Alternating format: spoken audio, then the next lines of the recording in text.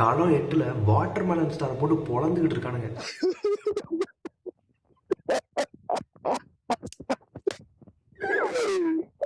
DMK டிவிகேன்னு இருந்த சண்டை இப்போ அப்படியே மாறி எல்லாரும் பிக் பாஸ்னு சொல்ல ஆரம்பிச்சிட்டானுங்க.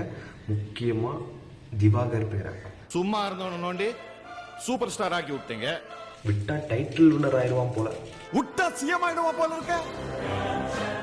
மக்கள் ஏன் அவரை திடீர்னு ஹேட் பண்ணாங்க, இப்போ திடீர்னு கொண்டாடுறாங்கன்றத ஸ்டெப் பை ஸ்டெப்பாக கம்ப்ளீட்டாக பார்க்க போகிறோம்.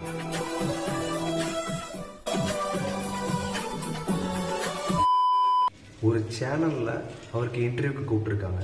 அந்த இன்டர்வியூவில் கவின் கேஸை பற்றி கேட்டிருக்காங்க. கவின் கேஸை அவர்கிட்ட கேட்கறதுக்கு முதல்ல அவசியமே இல்லை. ஏன்னா அவர் வந்து ஒரு டிக்டாக்ல ஒரு ரீல்ஸ் போடுற ஒரு நபர், அவ்வளோதான். கவின் கேஸை பற்றி கேட்க வேண்டிய அவசியம் அவர்கிட்ட கிடையாது. இருந்தாலும் கேட்டிருக்காங்க. அவருக்கும் அது என்னன்னு தெரில போல். அதுவுமே கேட்டிருக்காரு, என்ன இஷ்யூ அப்படின்னு கேட்டதுக்காக அவங்க எக்ஸ்பிளைன் பண்ணியிருக்காங்க. அப்போது ஒன்று சொல்லியிருக்காரு, ஒரு ஜாதி ரீதியான ஒன்று சொல்லியிருக்காரு. என்னதான் இருந்தாலும் ஜாதி ரீதியாக ஒரு பொது மேடையில் சொல்கிறது பெரிய தவறாக இருந்தாலும் முதல்ல அதை அவர்கிட்ட அந்த கேள்வியை கேட்க வேண்டிய அவசியம் என்ன இருக்குது? கண்டென்ட்டுக்காக கழுகு மாதிரி காத்துட்டு இருக்கோம். கிடைக்கலனா எது கிடைக்குதோ அதையே நாங்கள் கண்டென்ட்டாக மாற்றுவோம்.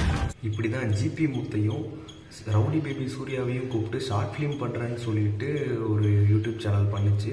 ஆனால் அது அப்படியே வேறு மாதிரி வீடியோ போர்ட்ரே பண்ணி அது பெரிய பஞ்சாயத்தாச்சு. யூடியூப் சேனல் மட்டும் பண்ணலை, சில நியூஸ் சேனலும் பண்ணிட்டு தான் இருக்கு. ரஜினி வந்து ஒரு ஏர்போர்ட்டுக்கு வந்திருப்பாரு. பிரஸ் அண்ட் மீடியா வந்து ஒரு கேள்வி கேட்டிருப்பாங்க, ஏதோ நிலச்சரிவை பற்றி கேள்வி கேட்டிருப்பாங்க. உடனே அதுக்கு அவர் ஓ மை காட் எப்போ அப்படின்னு கேட்டிருப்பாரு. முதல்ல அதை அவர்கிட்ட கேட்க வேண்டிய அவசியம் ஒன்று இருக்குது. உடனே அது ட்ரெண்ட் ஆகிடுச்சு, இந்த ஓ மை காட் எப்போன்னு. அவருக்கு தெரிய வேண்டிய அவசியமும் இல்லை, ஏன்னா ஒரு நடிகர், அவ்வளோதான்.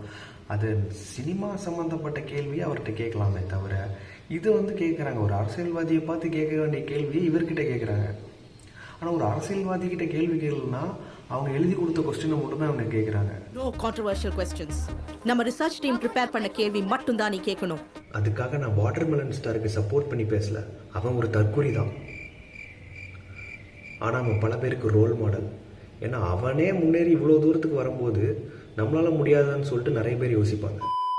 பிக் பாஸ் பார்க்குற எல்லாருக்குமே தெரியும் அது யார் மேலே தப்பு அப்படிங்கிறது. ரம்யா ஜோ மேலே தான் தப்பு. திவாகர் வந்து முதல்ல கண்ட்ரி ஃபுட்னு சும்மா விளையாட்டுக்கு தான் சொல்லியிருப்பாரு, அது நமக்கே தெரியும். பட் இதை வந்து அவங்க தான் பெருசு பண்ணி, அவங்களோட அறியாமையாக கூட இருக்கலாம், பட் அவங்க பெருசு பண்ணி அவங்க தான் முதல்ல படிப்பை பற்றியும் கேட்டிருப்பாங்க. பதிலுக்கு தான் இவர் படிப்பை பற்றி கேட்பாரு.